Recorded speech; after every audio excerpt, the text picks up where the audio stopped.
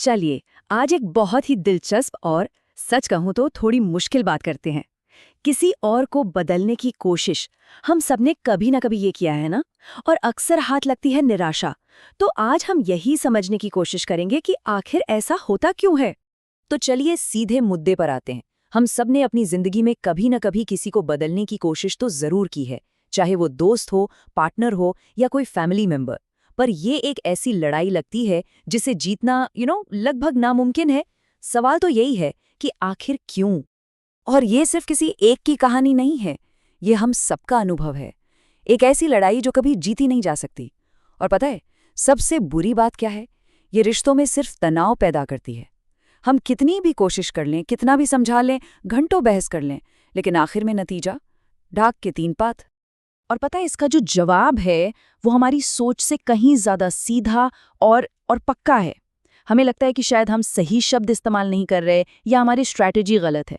पर असल में बात इसकी है ही नहीं। बात है इंसान के स्वभाव के एक बहुत ही बुनियादी सिद्धांत की। ये कोई पहेली नहीं है जिसे सुलझाना है, बल्कि एक सच है जिसे मानना पड़ेगा। तो चलिए अब उस मौलिक सच की बात करते हैं। वो क्या है जो इस पूरी समस्या को देखने का हमारा नजरिया ही बदल सकता है। ये एक ऐसा आइडिया है जो शायद हमारी सारी एनर्जी को एक सही दिशा दे सकता है। देखिए, हम में से ज्यादातर लोग यही मानते हैं ना कि अगर हम थोड़ी और मेहनत करें, थोड़ा और समझाएं, तो सामने वाले को बदल सकते हैं। हमें लगता है कि हमारी सलाह, हमारी चिंता या शायद हमारा थोड़ा सा दबाव काम कर जाएगा। लेकिन यहीं पर एक बहुत बड़ी और कड़वी सच्चाई सामने आती है। प्रेरणा देना एक बात है और किसी को मजबूर करना बिल्कुल दूसरी। और इन दोनों के बीच में एक बहुत बारीक लेकिन बहुत जरूरी लाइन है। यही वो लाइन है जिसे हम अक्सर अनजाने में पार कर जाते हैं, और यही इस पूरी डिस्कशन का कोर आइडिया है। ये लाइन जो है वो इस पूरे मामले की जड़ को पकड़ती है। लोग लोगों के लिए नहीं बदलते, वे अपने लिए बदलते हैं। सोचिए जरा इस बारे में। मतलब असली बदलाव जो टिकता है वो हमेशा अंदर से आता है। किसी और की खातिर किया गया बदलाव वो बस दिखावा होता है। ये एक बहुत ही पर्सनल जर्नी है। तो सवाल ये उठता है कि ये बदलाव का इंजन चलता कैसे है।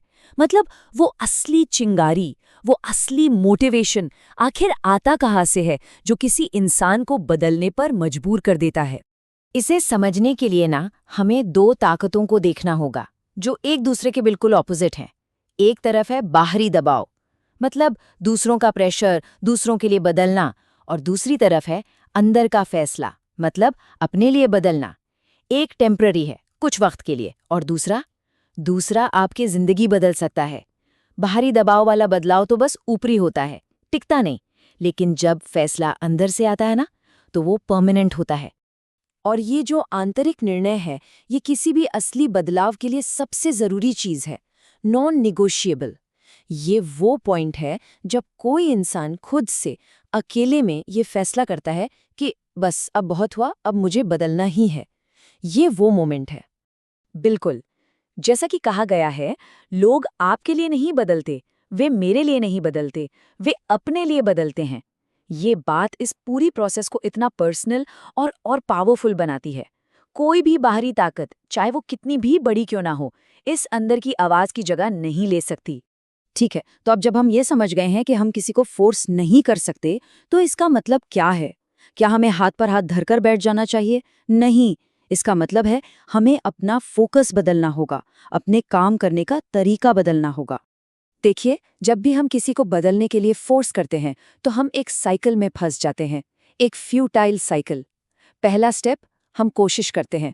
दूसरा स्टेप, सामने वाले के अंदर कोई मोटिवेशन ही नहीं है। तीसरा स्टेप, अगर वो थोड़ा बहुत बदल भी जाए, तो वो या तो टेम्पररी होता है या फिर वो मन ही मन आपसे नाराज हो जाता है। और चौथा स्टेप, सब कुछ वापस पहले जैसा हो जाता है। नतीजा जीरो, सिर्फ वक्त और एनर्जी की बर्बादी। लेकिन इस बात को समझने का मतलब हार मान लेना बिल्कुल नहीं है, बिल्कुल भी नहीं। बल्कि ये तो और भी समझदारी की बात है। इसका मतलब है कि हम अपनी एनर्जी को सही जगह लगा रहे हैं। हमें समझ रहे हैं कि हमारी हदें कहाँ हैं। तो दबाव डालने के बजाय शायद हम एक ऐसा माहौल बना सकते हैं जहां बदलाव की गुंजाइश हो, या फिर दूसरों को बदलने की फिक्र छोड़कर हम अपने रिएक्शन और अपनी मन की शांति पर फोकस कर सकते हैं।